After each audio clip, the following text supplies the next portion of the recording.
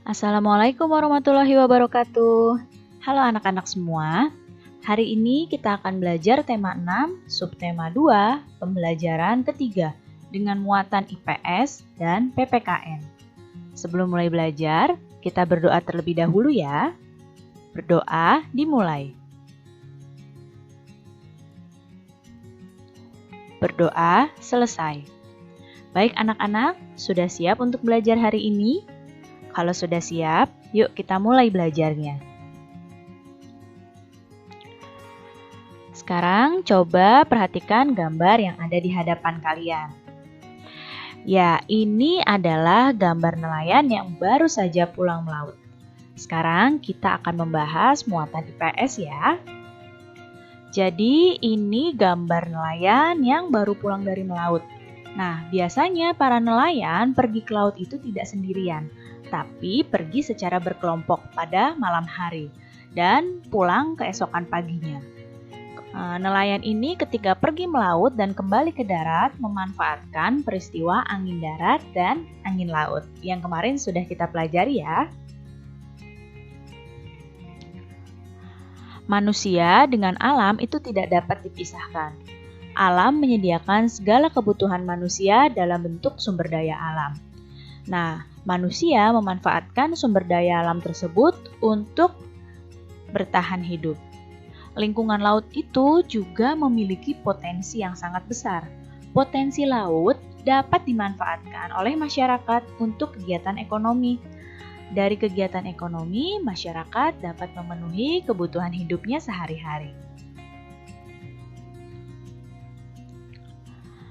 Berikut ini beberapa contoh pemanfaatan potensi laut oleh masyarakat. Yang pertama contohnya, pemanfaatan potensi laut itu dilakukan oleh nelayan. Ya, jadi nelayan menangkap ikan di laut. Kemudian potensi laut yang berikutnya dimanfaatkan oleh para pembuat garam. Ya, jadi para pembuat garam ini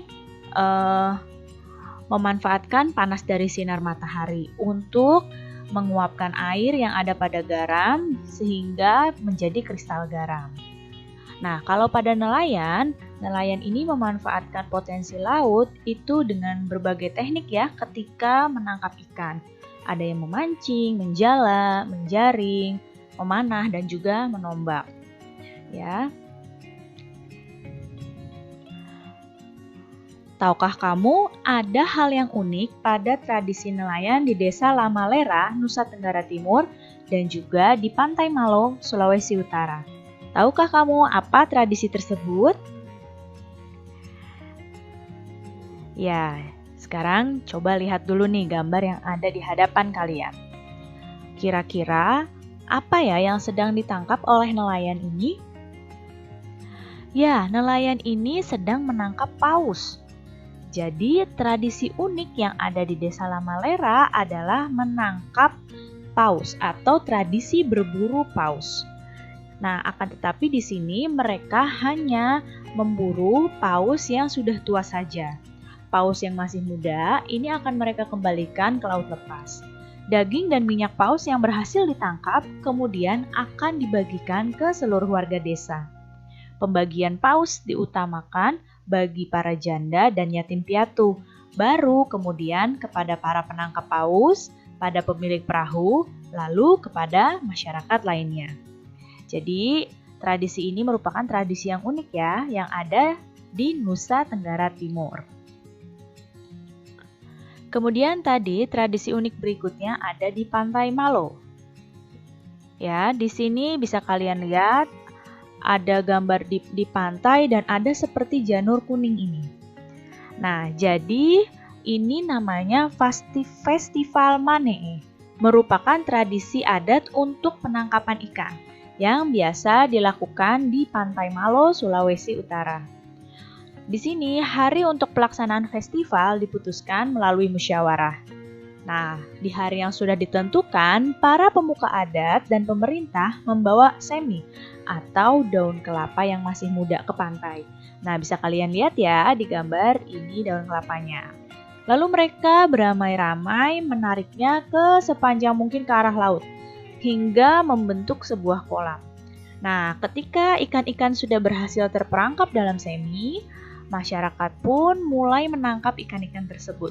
Hasil tangkapan ikan ini akan disantap bersama dalam pesta rakyat yang digelar saat itu. Unik sekali ya festival ini.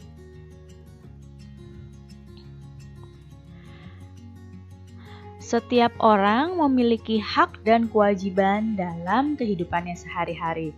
Begitu juga dengan nelayan. Tahukah kamu apa haknya nelayan?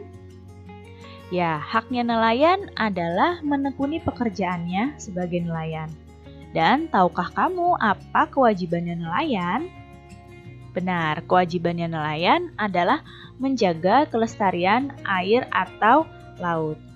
Nah, sekarang kita akan masuk pada muatan PPKN. Lalu, apa saja ya hak dan kewajiban kita sebagai warga negara Indonesia? Hak dan kewajiban kita sebagai warga negara Indonesia terdapat dalam undang-undang. Berikut ini beberapa hak sebagai warga negara Indonesia. Nah, yang pertama, haknya adalah memiliki kedudukan yang sama di mata hukum. Itu ada di pasal 27 ayat 1. Kemudian, berhak atas pekerjaan dan penghidupan yang layak. Ini pasal 27 ayat 2. Kemudian berhak dalam usaha pembelaan negara. Ini pasal 30 ayat 1. Kemudian hak berikutnya, hak untuk berserikat dan berkumpul dan mengeluarkan pendapatnya. Pasal 28. Hak yang berikutnya, bebas untuk memilih, memeluk, dan menjalankan agama dan kepercayaan yang masing-masing. Pasal 29 ayat 2.